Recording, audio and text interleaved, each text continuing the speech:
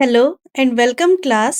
So last class में हमने thermal property of matter में ट्रिपल पॉइंट को डिस्कस किया था एंड हमने इसको वाटर के एग्जांपल से समझा था कि ट्रिपल पॉइंट क्या होता है।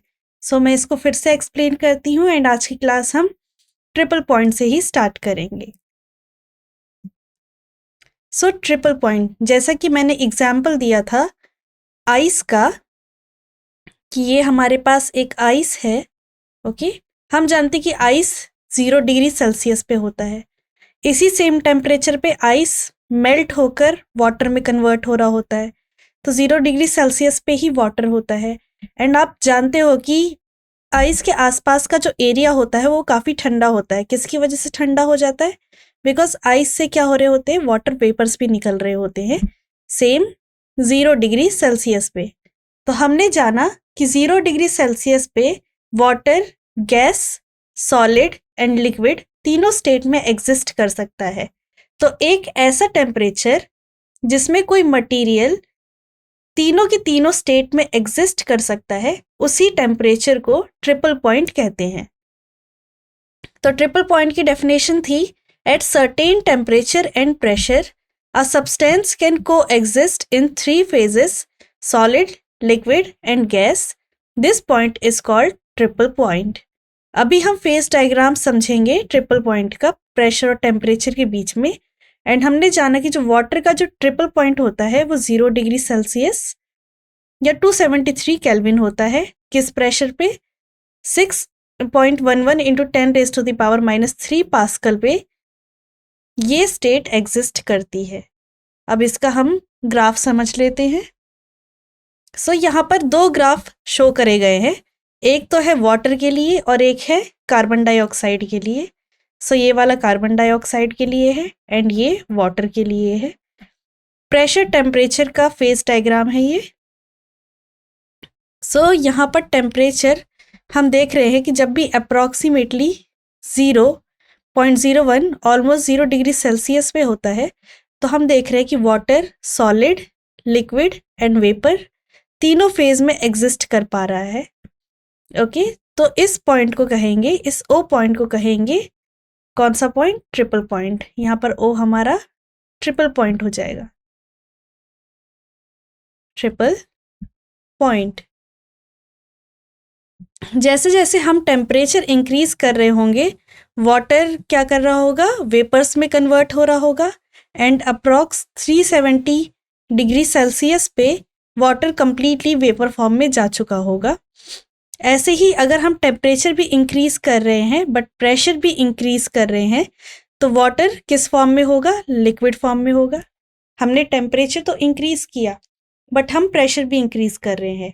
टेम्परेचर इंक्रीज होने की वजह से वाटर जो है सॉलिड से लिक्विड स्टेट में तो आ गया, बट क्योंकि प्रेशर भी इंक्रीज हो रहा है तो वाटर जो है लिक्विड से वेपर स्टेट में नहीं जा पा रहा है।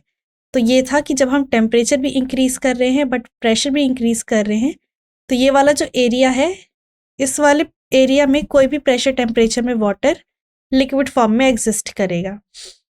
एंड -220 डिग्री सेल्सियस से 0 डिग्री सेल्सियस के बीच में अगर हम टेम्परेचर इंक्रीज कर रहे हैं एंड प्रेशर भी इंक्रीज कर रहे हैं, तो वाटर सॉलिड फॉर्म में रहेगा। तो ये था pressure temperature phase diagram water के लिए। अब यहाँ पर हम समझ रहे थे कार्बन डाइऑक्साइड को। कार्बन डाइऑक्साइड हम जानते हैं कि गैस होता है, बट हम जानते हैं कि ड्राई आइस भी एग्जिस्ट करती है। एंड ड्राई आइस क्या होती है? सॉलिड कार्बन डाइऑक्साइड होती है। तो कार्बन डाइऑक्साइड को हम सॉलिड फॉर्म में ला सकते हैं, गैसेस फॉर्म में ला सकते हैं। एंड हम जानते हैं कि जो सॉलिड कार्बन डाइऑक्साइड होता है वो जनरली सब्लिमेशन प्रोसेस में जाता है। सब्लिमेशन, इसका मतलब ये कि सीधा सॉलिड से गैस की फॉर्म में चला जाता है अगर प्रेशर नॉर्मल हो तो। बट अगर हमने प्रेशर इंक्रीज करा, टेम्परेचर इंक्रीज किया, तो कार्बन डाइऑक्साइड हमें लिक्विड फॉर्म में भी मिल जाता है। तो अब हम कार्बन डाइऑक्साइड के बारे में स्टडी करते हैं। सो -56.6 डिग्री सेल्सियस जब प्रेशर 5.11 पास्कल ATM हो जाता है, तो हमें हमारा ट्रिपल पॉइंट मिल जाता है कार्बन डाइऑक्साइड के लिए। एंड जैसा कि हमने जानते हैं कि सॉलिड से वेपर फॉर्म में ईजिली कन्वर्ट हो जाता है, तो अगर आप कंपेयर करो H2 एंड कार्बन डाइऑक्साइड में, तो H2O के पास लिक्विड वाला एरिया बहुत ज़्यादा होता है, बट कार्बन डाइऑक्साइड के पास लिक्विड वाला एरिया बहुत कम होता है, एंड लिक्विड भी तभी फॉर्म में हमें मिल पाता है जब प्रेशर हाई हो, ओके। वरना हमें सॉलिड फॉर्म में मिलेगा एंड सॉलिड से सीधा वेपर फॉर्म में कन्वर्ट हो जाएगा। तो ये डायग्राम है कार्बन डाइऑक्साइड का। अब इस डायग्राम की इंपॉर्टेंस क्या है एंड आपको क्वेश्चन किस टाइप से दिए जाएंगे इस डायग्राम से। तो जनरली क्या किया जाता है, ये आपको डायग्राम फॉर्म में दे दिया जाता है एंड आपको कहा जाता है कि कौन सा एरिया सॉलिड है, कौन सा एरिया लिक्विड है, कौन सा एरिया वेपर है। ये तीनों गायब कर दिए जाते हैं और आपसे पूछा जाता है कौन सा एरिया सॉलिड, लिक्विड या फिर गैसीय स्टेट में है, ट्रिपल पॉइंट कौन सा पॉइंट है। तो ये 4 एरियाज आपको एक नॉर्मल ग्राफ दे दिया जाता है एंड उसमें पूछा जाता है। तो हमें पता होना चाहिए कि जब टेम्परेचर कम हो, प्रेशर हाई हो, तो जो एरिया बनता है वो सॉलिड बनता है। टेम्परेचर इंक्रीज हो रहा हो, टेम्परेचर बहुत हाई हो, प्रेशर थोड़ा कम हो, तो हमें वेपर या गैस मिल जाता है एंड उन दोनों का इंटरमीडिएट हमें लिक्विड मिल जाता है। एंड जिस पॉइंट पे ये तीनों की तीनों चीज़ें कोइंसाइड करती है उसे ट्रिपल पॉइंट कहा जाता है। तो जनरली इस टाइप के क्वेश्चंस आते हैं ट्रिपल पॉइंट से रिलेटेड, या फिर सीधे कह दिया जाता है कि ये ग्राफ बना के दिखा दो। अब हम आगे चलते हैं। तो इस ग्राफ को हमें बस याद रखना है। ट्रिपल पॉइंट को और डिस्कस करते हैं। At the triple point 3 phases of a substance are in equilibrium with each other. जो तीनों फेजेस है हमारे, सॉलिड, लिक्विड एंड गैस, ये तीनों के तीनों जो है ट्रिपल पॉइंट पे इक्विलिब्रियम पे हमें मिलते हैं। मतलब इक्विलिब्रियम का मतलब क्या कि ये तीनों स्टेट कंटिन्यूसली एक दूसरे में चेंज हो रही होती है। लिक्विड गैस में कन्वर्ट हो रहा होता है, गैस सॉलिड में कन्वर्ट हो रहा होता है, सॉलिड लिक्विड में कन्वर्ट हो रहा होता है। ये कंटिन्यूसली ट्रिपल पॉइंट पे चल रहा होता है। So the triple point is a unique point, एक बहुत यूनिक पॉइंट है हर एक सब्सटेंस के लिए, ठीक है। And it is convenient reference point for studying phase behaviour of the substance. अगर आपको फेज बिहेवियर समझना है, मतलब कि तीनों स्टेट के चेंजेस के बारे में स्टडी करना है, तो ट्रिपल पॉइंट बहुत इंपॉर्टेंट पॉइंट बन जाता है फेजेस को समझने के लिए कि सब्सटेंस कैसा बिहेव कर रहा होता है। आगे चलते हैं। अब हम एक नया टॉपिक स्टार्ट करने जा रहे हैं जिसे कहते हैं लेटेंट हीट। टॉपिक का नाम है लेटेंट हीट। तो इस सेक्शन में we will discuss the concept of latent heat and its role in material change of state. जब स्टेट चेंज हो रहा होता है तो हम जानते हैं कि सेम टेम्परेचर पे, जब हमने डिस्कस किया था बॉइलिंग पॉइंट, बॉइलिंग पॉइंट वो टेम्परेचर होता है जहाँ पर gas and liquid same temperature पे एग्जिस्ट करते हैं। बट मैंने एक क्वेश्चन पूछा था कि अगर आपके हाथ पे 100 डिग्री सेल्सियस लिक्विड रख दिया जाए एंड आपके हाथ से 100 डिग्री सेल्सियस की गैस पास करी जाए तो कौन सी चीज़ आपको ज़्यादा हार्म करेगी। एंड करेक्ट आंसर था कि जो 100 डिग्री सेल्सियस पे जो गैस होगी वो ज़्यादा हार्म कर रही होगी। एंड उसका रीज़न क्या था कि 100 डिग्री सेल्सियस पे तो वो है, गैस है, एग्जिस्ट कर रही है, बट लिक्विड से गैस कन्वर्ट होने के लिए गैस ने एक्स्ट्रा एनर्जी अपने पास रखी होगी एंड वही एनर्जी हम लेटेंट हीट में स्टडी करने की कोशिश करेंगे। तो लेटेंट हीट क्या होती है? लेटेंट हीट की हम डेफिनेशन समझ लेते हैं। Latent heat is the energy absorbed और released into a substance during a change of state. जब स्टेट चेंज हो रही होती है तो टेम्परेचर फिक्स्ड हो जाता है, बट क्या हो रहा होता है, हीट एक्स्ट्रा ट्रांसफर हो रही होती है स्टेट को चेंज करने में, एंड वही एक्स्ट्रा हीट जो स्टेट को चेंज कर रही है उसी हीट को बोलते हैं लेटेंट हीट। जैसे कि बॉइलिंग पॉइंट का मैंने एग्जांपल दिया था कि सेम टेम्परेचर पे लिक्विड एंड गैस दोनों एग्जिस्ट कर रहे हैं, बट लिक्विड से गैस कन्वर्ट कैसे हो रहा है सेम टेम्परेचर पे? क्योंकि लिक्विड बहुत ज़्यादा हीट अप हो जा रहा है, तो लिक्विड क्या कर रहा है, एक्स्ट्रा हीट प्रोवाइड कर रहा है गैस में कन्वर्ट होने के लिए, तो वो एक्स्ट्रा हीट ही हमारी लेटेंट हीट होती है। ये जो फिनोमिना है बहुत क्रूशियल रोल निभाता है स्टडी करने के लिए melting point, freezing point, boiling point, vaporization से कहते हैं, या फिर कंडेंसेशन। जब भी फेज चेंज हो रहा होता है सॉलिड से लिक्विड, लिक्विड से गैस एंड गैस से सॉलिड, जब भी फेजेस चेंज हो रहे होते हैं वहाँ पर लेटेंट हीट अपना क्रूशियल रोल निभाती है। आगे हम ग्राफ से भी समझेंगे इस चीज़ को। अभी आगे चलते हैं। ओके, सो ये हमारा ग्राफ आ चुका है एंड ये ग्राफ है वाटर का, H2O का ग्राफ है। हमने हीट वर्सेस टेम्परेचर का ग्राफ बनाया एंड टेम्परेचर को डिग्री सेल्सियस में मेजर कर रहे हैं एंड हीट को हम जूल में मेजर कर रहे हैं। तो सबसे पहले हम जानते हैं कि हमारे पास आइस क्यूब होगा। आइस को हम हीट देने की कोशिश करेंगे, टेम्परेचर आइस क्यूब का इंक्रीज होगा जिसकी वजह से वो लिक्विड फॉर्म में हमें मिल जाएगा एंड फिर लिक्विड को और हीट हम प्रोवाइड करने देंगे, लिक्विड का टेम्परेचर इंक्रीज होता रहेगा जब तक लिक्विड 100 डिग्री सेल्सियस पे ना पहुंच जाए एंड फिर क्या होगा, लिक्विड गैस में कन्वर्ट हो जाएगी।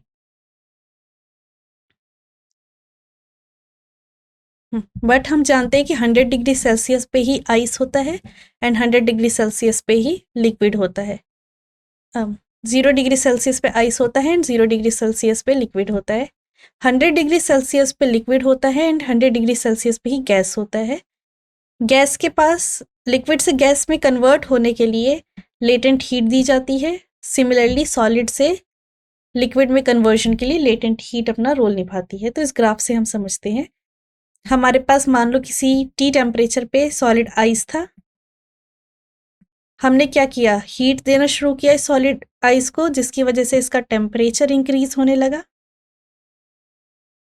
हम पहले हीट दे रहे हैं एंड उस हीट की वजह से टेम्परेचर इंक्रीज हो रहा है। तो जैसे जैसे हमने हीट दिया इस आइस का टेम्परेचर इंक्रीज हुआ। देन हम एक ऐसे पॉइंट पे आ गए जिसे कहते हैं 0 डिग्री सेल्सियस, जहाँ पर ये आइस क्या होने लगा, मेल्ट होने लगा। हम हीट कंटिन्यूअसली दे रहे हैं बट हमने क्या इस चीज़ का मेजर किया कि 0 डिग्री सेल्सियस तक ही हीट रहा, टेम्परेचर 0 डिग्री सेल्सियस ही रहा। हम हीट अभी भी देते जा रहे हैं एंड सारा का सारा जो सॉलिड आइस था वो लिक्विड वाटर में कन्वर्ट होना शुरू हो गया। तो यहाँ पर इतनी हीट के बीच में सारा का सारा आइस मेल्ट होकर लिक्विड में कन्वर्ट हो गया। अब यहाँ पर सिर्फ हमारे पास लिक्विड वाटर है। हम हीट अभी भी कंटिन्यूअसली दे रहे हैं एंड हीट दे रहे हैं, तो अब क्योंकि सारा का सारा वाटर लिक्विड में कन्वर्ट हो चुका है, क्या हो रहा है, लिक्विड का टेम्परेचर इंक्रीज होना शुरू हो जा रहा है एंड देन हम आ जाते हैं 100 डिग्री सेल्सियस पे। ओके, जहाँ पर अब लिक्विड गैस फॉर्म में कन्वर्ट होना शुरू हो जा रहा है। हम अभी भी कंटिन्यूअसली हीट दे रहे हैं बट लिक्विड का टेम्परेचर 100 डिग्री सेल्सियस ही रह रहा है। तो ग्राफ ऐसे जा रहा है। ओके, एंड फिर क्या हो जाता है, सारा का सारा जो लिक्विड है वो यहाँ तक आते आते गैस में कन्वर्ट हो जाता है 100 डिग्री सेल्सियस पे ही। बट अब गैस के पास इतनी एक्स्ट्रा हीट है एंड यही चीज़ हमारे हाथ को बर्न करती है उस एग्जाम्पल में। अब क्योंकि सारा का सारा गैस लिक्विड गैस में कन्वर्ट हो चुका है, अब हम क्या कर रहे हैं, और हीट देंगे तो गैस का टेम्परेचर इंक्रीज होना शुरू हो जाएगा। तो इस ग्राफ से बहुत सारे क्वेश्चन सॉल्व हो जाएंगे एंड इस ग्राफ से आपने फेज चेंज का सारा फिनोमिना समझ लिया है। एंड ये जो हीट यहाँ पर हम दिखा रहे हैं स्ट्रेट लाइन से कि टेम्परेचर चेंज नहीं हो रहा है हीट देने के बाद भी, इसी हीट को, इसी एक्स्ट्रा हीट को लेटेंट हीट कहते हैं। ओके, सो ये ग्राफ आई गेस सबको क्लियर होगा। अब हम आगे चल सकते हैं। ये बहुत ज़्यादा ही इम्पॉर्टेंट ग्राफ है एंड इस ग्राफ से रिलेटेड बहुत सारे क्वेश्चंस एग्जाम में आ जाते हैं कि कौन सा फेज ग्राफ के कौन कौन से पॉइंट क्या क्या चीज़ एक्सप्लेन कर रहा है। ओके, तो ये सब आपको याद रखना है कि 0 डिग्री सेल्सियस पे मेल्टिंग पॉइंट होता है, 100 डिग्री सेल्सियस पे बॉइलिंग पॉइंट होता है। यहाँ पर क्या हो रहा है, फेज चेंज हो रहा है एंड यहाँ पर भी फेज चेंज हो रहा है। ये सॉलिड फेज है, ये लिक्विड फेज है, this is gaseous phase. Steam यहाँ पर बन चुका है। इस वाले पॉइंट पे सारा का सारा वाटर लिक्विड फॉर्म में हो चुका है, इस पॉइंट पे सारा का सारा वाटर सॉलिड फॉर्म में था, इस पॉइंट पे सारा का सारा वाटर लिक्विड फॉर्म में था एंड इस पॉइंट पे सारा वाटर कन्वर्ट होके गैसेस फॉर्म में आ चुका है। सो ये ग्राफ बहुत इंपॉर्टेंट है एंड बहुत ही अच्छी फिजिक्स को ये एक्सप्लेन कर रहा है एंड हमारे एग्जाम पर्पस से भी ये ग्राफ बहुत ज़्यादा इंपॉर्टेंट है। आगे चलते हैं। तो लेटेंट हीट के की पॉइंट्स क्या हैं? अभी हमने देखा कि कैसे लेटेंट हीट की वजह से फेस चेंज हो जाता है। अब हम सबकी डेफिनेशन पढ़ते हैं। So latent heat refers to the heat required to change a substance state at constant temperature. किसी एक कांस्टेंट टेम्परेचर पे हम इतना हीट देने लग जाए किसी सब्सटेंस को कि उसकी स्टेट चेंज हो जाए, तो उसी हीट को लेटेंट हीट कहा जाता है। Phase transition, latent heat is involve during face transition. Face transition का मतलब सॉलिड से लिक्विड, लिक्विड से गैस, फेजेस में चेंजेस आना। तो लेटेंट हीट इन्वॉल्व होता है फेस ट्रांजिशन में, which are change from one state of matter to another state. और फेस ट्रांजिशन क्या होता है? मैटर का एक स्टेट से दूसरी स्टेट में चेंज हो जाना, जैसे कि सॉलिड से लिक्विड, लिक्विड से गैस, या फिर वाइस वर्सा, गैस से लिक्विड, लिक्विड से सॉलिड। आगे चलते हैं। अब जो लेटेंट हीट है वो भी बहुत सारे टाइप की होती है। जो लेटेंट हीट किसी सब्सटेंस को सॉलिड से लिक्विड में कन्वर्ट कर देती है उसको लेटेंट हीट ऑफ फ्यूजन कहा जाता है, जिसे LFP लिखते हैं। एंड वो लेटेंट हीट जो लिक्विड को वेपर फॉर्म में या गैस फॉर्म में कन्वर्ट कर देती है उसे लेटेंट हीट ऑफ वेपराइजेशन कहा जाता है। तो खाली फेस चेंज के अकॉर्डिंग हमारे पास लेटेंट हीट भी चेंज हो जाती है। So latent heat of fusion, when a solid changes to a liquid, जब कोई सॉलिड चेंज हो रहा है किसमें? लिक्विड में, the latent heat of fusion is absorbed. तो क्या हो रहा है? Solid substance latent heat of fusion को एब्सॉर्ब कर रहा है। ये जो एक्स्ट्रा एनर्जी जो सॉलिड सब्सटेंस एब्सॉर्ब कर रहा है वो एक्स्ट्रा एनर्जी क्या करती है? उसके बीच के बॉन्ड्स को तोड़ देती है, जिसकी वजह से जो सॉलिड होता है वो लिक्विड स्टेट में चला जाता है। This energy breaks down the crystalline structures को तोड़ देती है of solid and convert it into liquid state, और कन्वर्ट कर देती है लिक्विड स्टेट में। Similarly latent heat of vaporisation, latent heat of vaporization is the heat required for a liquid to transform into gas or vapor.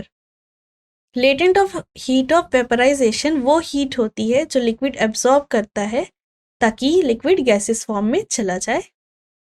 It is higher than latent heat of fusion. Solid से liquid जाने के लिए अगर latent heat of fusion लग रही है and liquid से gas जाने के लिए लेटेंट हीट ऑफ वेपराइजेशन लग रही है, तो जनरल वे में देखते हैं हम कि जो लेटेंट हीट ऑफ फ्यूजन होती है वो हमेशा कम होती है लेटेंट हीट ऑफ वेपराइजेशन में।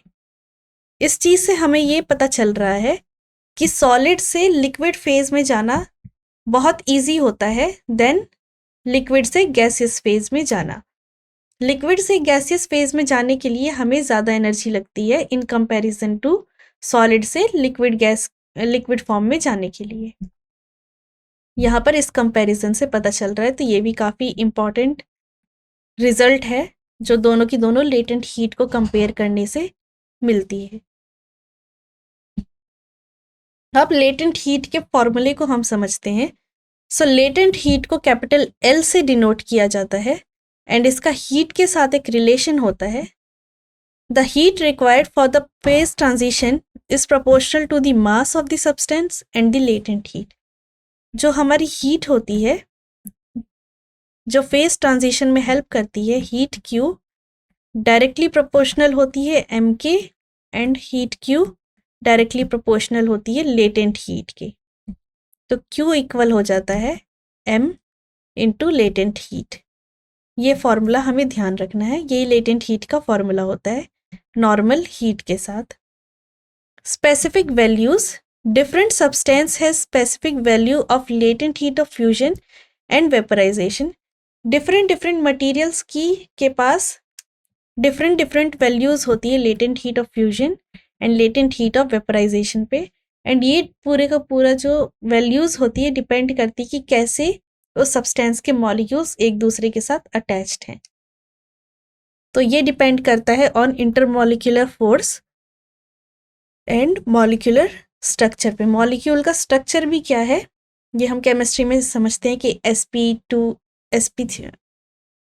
sp3 है, sp3d है, ठीक है। ये सब चीज़ें, ये जो स्ट्रक्चर्स होते हैं मॉलिक्यूल्स के, उस पे भी लेटेंट हीट का डिपेंडेंस होता है।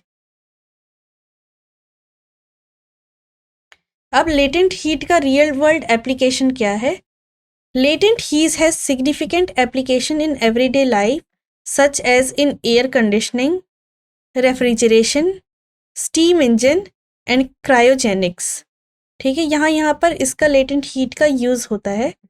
In conclusion, latent heat is an essential property that governs the phase behavior of substance and has wide-ranging practical implication in the various fields of science and engineering.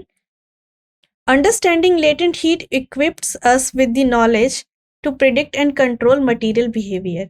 Latent heat की knowledge होने की वजह से हम जान सकते हैं कि कितना उसको हीट रिक्वायर होगी कि वो अपनी स्टेट चेंज कर ले। तो ये सब इंफॉर्मेशन हमें डिफरेंट इनोवेटिव आइडियाज़ एंड नई टेक्नोलॉजीज़ को डिस्कवर करने में हेल्पफुल होती है।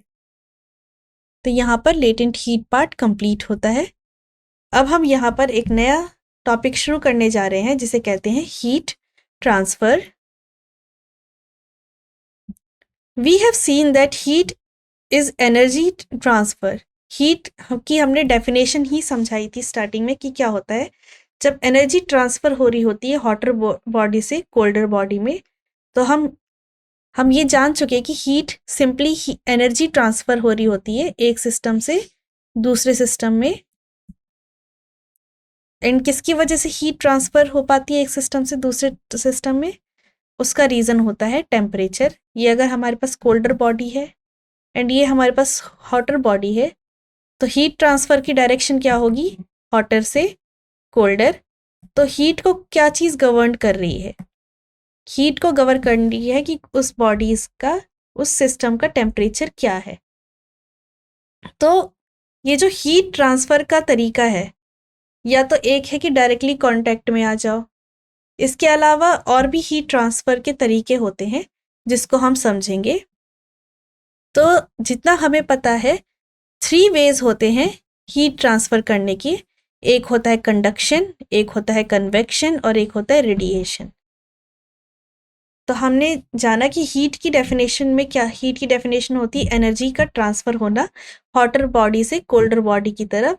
एंड ये जो ट्रांसफ़र होता है ये टेम्परेचर डिफरेंस गवर्न करता है। एंड हीट के ट्रांसफ़र होने के हमारे पास 3 मेथड्स होते हैं। एक होता है कंडक्शन, एक होता है कन्वेक्शन और एक होता है रेडिएशन। इन तीनों मोड्स को अभी हम एक डायग्राम से समझते हैं। ये रहा डायग्राम इसका। जब डायरेक्ट ट्रांसफ़र हो रहा हो, ठीक है, ये हमने आग जलाई एंड इस आग की गर्मी से हम क्या कर रहे हैं, डायरेक्ट ट्रांसफ़र ले रहे हैं एक रॉड की हेल्प से। तो ऐसे मेथड को कहते हैं कंडक्शन। ओके। दूसरा जो मेथड होता है, हीट से जो एनर्जी निकली हमारे पास, ठीक है, जो पार्टिकल्स की एनर्जी निकली वो हमारे हैंड्स ने क्या किया, एब्जॉर्व करी। तो इस मेथड को बोलते हैं कन्वेक्शन। एंड हीट से निकलने वाली जो लाइट होती है उससे जो हम एनर्जी ले रहे होते हैं उसको कहते हैं रेडिएशन। तो ये डायग्राम एक्सप्लेन कर पा रहा है कि कंडक्शन क्या होता है, कन्वेक्शन क्या होता है एंड रेडिएशन क्या होता है। अब इन तीनों टॉपिक को हम डिटेल में समझते हैं। सो स्टार्ट करते हैं विथ कंडक्शन। तो कंडक्शन सबसे बेसिक मेथड होता है हीट ट्रांसफ़र का। 2 बॉडीज़ है जिनका टेम्परेचर डिफरेंट है, ठीक है, ये हॉटर बॉडी है, ये कोल्डर बॉडी है। एंड हमने क्या किया, किसी वे से इन दोनों को कांटेक्ट में ले आए। तो जब हीट ट्रांसफ़र हो रही होती है, जब 2 बॉडी कांटेक्ट में आ जाती है और उनके पास टेम्परेचर डिफरेंस होता है, तो ऐसे वे को बोला जाता है conduction.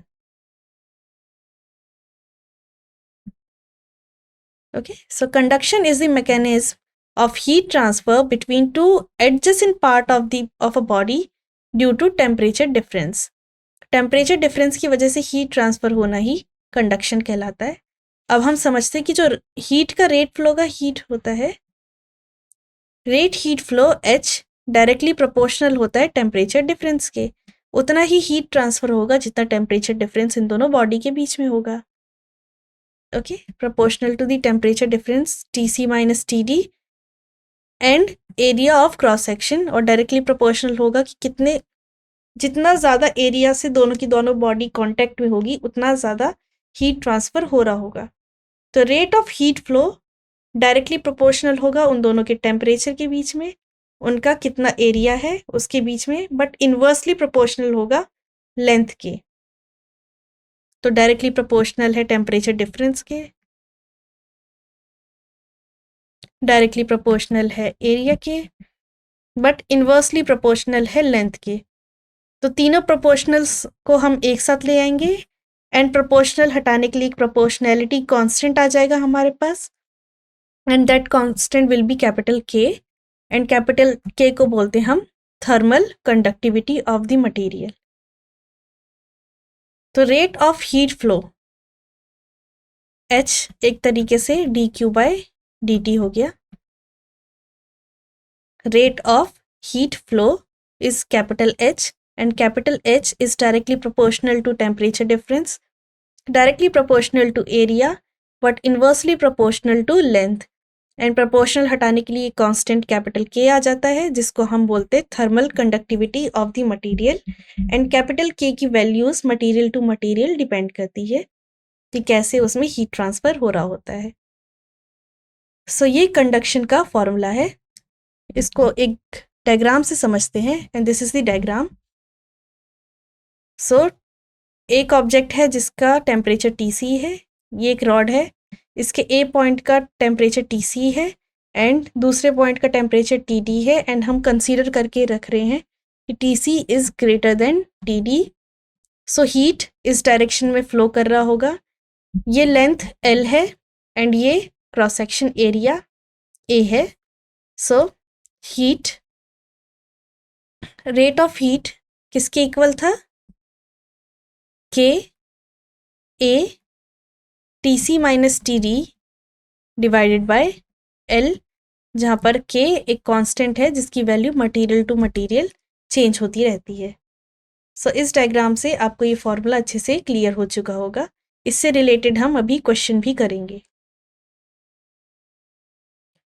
The greater the value of K for a material more rapidly with the will it conduct heat, because H directly proportional हो गया अब K के, तो जितनी ज़्यादा बड़ी वैल्यू होगी K की, हीट ट्रांसफ़र उतना ज़्यादा तेज़ी से होगा।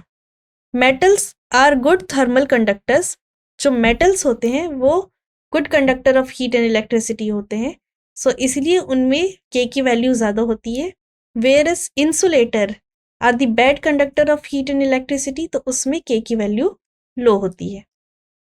Metal are good thermal conductor while gaseous are poor thermal conductor and liquid has intermediate conductivity. Gas की जो कंडक्टिविटी होती है वो बहुत ही पुअर होती है। उसका रीज़न ये है कि गैस मॉलिक्यूल्स एक दूसरे से बहुत दूर दूर होते हैं, एंड बिकॉज गैस मॉलिक्यूल्स एक दूसरे से बहुत दूर दूर होते हैं तो इनके बीच में कोई डायरेक्ट कांटेक्ट नहीं होता कि हीट ट्रांसफ़र हो सके, जिसकी वजह से ये एक पुअर कंडक्टर होते हैं हीट के। एंड लिक्विड इंटरमीडिएट कंडक्टिविटी होती है, बट मेटल्स के पास मैक्सिमम कंडक्टिविटी होती है। अब हम एक क्वेश्चन करते हैं, and question is, in a steady state system the heat flowing into a element must equal to heat flowing out of it. ये हमने पहले भी पढ़ा था कि अगर हमारे पास दो सब्सटेंस है, ओके, और हम एक अगर इंसुलेटेड सिस्टम ले लें, आइसोलेटेड, तो जितना हीट ये लॉस कर रहा होगा उतना हीट ही ये गेन कर रहा होगा। आपको याद होगा मैंने कॉइन का एग्जांपल लिया था कि अगर आप और आपके फ्रेंड में इक्वल अमाउंट में कॉइन्स को हमें डिवाइड करना है, एंड आपके फ्रेंड के पास 2 रुपीज़ हैं एंड आपके पास 10 रुपीज़ हैं, एंड आपको इक्वली अमाउंट में कॉइन को डिस्ट्रीब्यूट करना है, तो आपसे क्या हो रहे होंगे, कॉइन्स को लिए जा रहे होंगे एंड आपके फ्रेंड के पास कॉइन्स इंक्रीज हो रहे होंगे। तो सिमिलरली जिस ऑब्जेक्ट के पास हीट ज़्यादा होती है उससे हीट लिया जाता है और जिसके पास कम होती है उसको दिया जाता है। एंड ये प्रोसेस तब तक चल रहा होता है जब तक दोनों के पास इक्वल अमाउंट में हीट ना आ जाए। तो जितना हीट ये ऑब्जेक्ट लॉस कर रहा होगा उतना हीट कोल्डर ऑब्जेक्ट गेन कर रहा होगा। तो यहाँ पर वही लिखा हुआ है कि किसी स्टेडी स्टेट में हीट फ्लो होता है, हीट फ्लो इनटू होता है किसी एलिमेंट में इक्वल होना चाहिए heat flowing out of it. अब हमारे पास गिवन क्या क्या है, एक स्टील रॉड है जिसकी लेंथ है L1, उसकी वैल्यू है 15 सेंटीमीटर। कॉपर रॉड की वैल्यू है 10 सेंटीमीटर। एक फर्नेस है जिसके पास है टेम्परेचर 300 डिग्री सेल्सियस और दूसरे रॉड पे 0 डिग्री सेल्सियस है। मतलब एक साइड में आइस लगा दिया गया है और एक साइड में फर्नेस लगा दिया गया है। तो ये हमारे पास एक स्टील रॉड है, उससे अटैच्ड हमारे पास एक कॉपर रॉड है एंड इस साइड हमने क्या किया, 300 डिग्री सेल्सियस लगा दिया और इस साइड हमने आइस भर दिया, 0 डिग्री सेल्सियस कर दिया।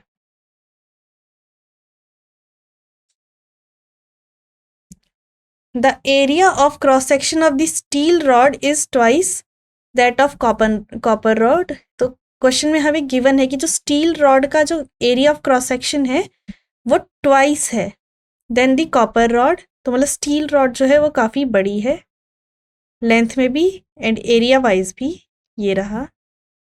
एंड कॉपर रॉड कुछ ऐसे है, ठीक है। एंड फर्नेस हम एज्यूम करके रखेंगे कि दोनों साइड लगे हुए हैं।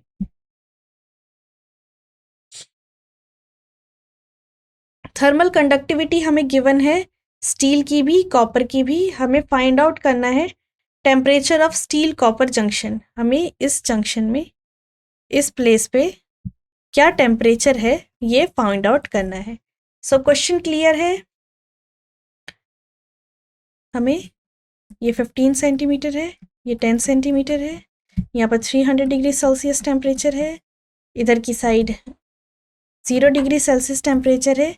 हमसे कहा गया है कि स्टील का जो एरिया है वो डबल है कॉपर के एरिया से।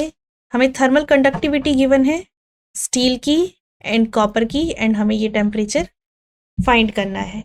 तो इस क्वेश्चन को सॉल्व करने के लिए हम इस चीज़ का यूज़ लेंगे कि जितना इसके पास बिकॉज हीट ज़्यादा है 300 डिग्री सेल्सियस है एंड इसके पास हीट कम है तो हीट क्या हो रहा होगा, यहाँ से यहाँ ट्रांसफ़र हो रहा होगा। तो जितना हीट ये आउट कर रहा होगा उतना ही हीट कॉपर अपने अंदर एब्जॉर्ब कर रहा होगा। इस चीज़ का हम यूज़ करके इस पूरे क्वेश्चन को सॉल्व करेंगे। एंड जैसे ही हमें क्लियर हो गया कि कौन सी थ्योरम यूज़ करनी होगी, ये क्वेश्चन बहुत ज़्यादा ही सिंप्लीफाई हो गया। बस कैलकुलेशन पे हमें ध्यान रखनी होगी। तो सॉल्यूशन है इसका कि जैसा कि कहा गया था कि स्टेडी स्टेट में जितना भी रेट ऑफ हीट फ्लो हो रहा होगा उतना ही क्या कर रहा होगा, दूसरी चीज़ एब्जॉर्व कर रही होगी। तो इसका मतलब ये कि H1 इक्वल हो जाएगा H2 के। H1 will be equal to H2। H की फॉर्मूला क्या होता है हमारे पास, KA TC minus TD divided by L। Okay, तो हमने क्या किया, H1 एंड H2 की वैल्यू डाल दी। तो H1 will become K1 A1 T1 and final temperature T हो रहा है एंड T ही हमें कैलकुलेट करना है divided by L1 and H2 जो कि कॉपर के लिए था K2 A2। ठीक है, हायर टेम्परेचर उसके लिए T होगा क्योंकि वो लोअर टेम्परेचर उसके लिए 0 डिग्री सेल्सियस है, T2 डिवाइडेड बाय L। अब हमें सिंपली क्या करनी है, सारी वैल्यूज़ को पुट करना है एंड ये प्रॉब्लम सॉल्व हो गया। तो सिर्फ हमें एक कॉन्सेप्ट अप्लाई करना था, हमारे पास इक्वेशन आ गई। एंड ये जो इक्वेशन आई है आपके पास, इस टाइप के क्वेश्चंस कॉम्पिटिटिव एग्जाम्स में बहुत ज़्यादा पूछे जाते हैं। कॉम्पिटिटिव प्लस CBSE एग्जाम में बहुत ज़्यादा पूछे जाते हैं इस इक्वेशन के ऊपर ही। तो इस कॉन्सेप्ट को हमें हमेशा ध्यान रखना है कि जितना भी हीट एब्जॉर्ब हो रहा होगा उतना ही दूसरे ऑब्जेक्ट ने हीट रिलीज किया होगा। ये हीट का फॉर्मूला है, ये कंपैरिजन करना है एंड देन हमारे को टेम्परेचर T कैलकुलेट हो जाएगा। तो अब क्या करते हैं, इसको कंप्लीटली सॉल्व कर देते हैं हम। केस की वैल्यू डाल देते हैं, के की वैल्यू डाल दी, एंड हम जानते हैं कि A1 इक्वल है ट्वाइस ऑफ A2। तो एरिया के बीच में भी हमने A1 को रिप्लेस कर दिया ट्वाइस A2 से। टेम्परेचर्स की वैल्यू डाल दी, कैंसिल आउट। सिंप्लीफाई करना स्टार्ट कर दिया इक्वेशन को। सो मैक्सिमम चीज़ हम सिंप्लीफाई करने की कोशिश करते हैं। ओके तो फाइनली हमारे पास टेम्परेचर की ये इक्वेशन बची, एंड इसको सिंप्लीफाई करते ही पता चला कि टेम्परेचर जब हीट फ्लो स्टॉप हो जाएगा, कांस्टेंट हीट बन जाएगी दोनों ऑब्जेक्ट में, तो टेम्परेचर T हो जाएगा 60 डिग्री सेल्सियस। तो स्टील कॉपर जंक्शन के बीच का टेम्परेचर है 60 डिग्री सेल्सियस। सो ये क्वेश्चन हमें बहुत सारे इंपॉर्टेंट कॉन्सेप्ट को समझने में हेल्प करता है, एंड इसी टाइप के प्रॉब्लम्स हीट ट्रांसफर चैप्टर से कॉम्पिटिटिव एग्जाम्स में आते हैं। सो आई होप आपको आज का क्लास अच्छे से समझ में आया होगा। अब हम नेक्स्ट क्लास में मिलते हैं। Thank you.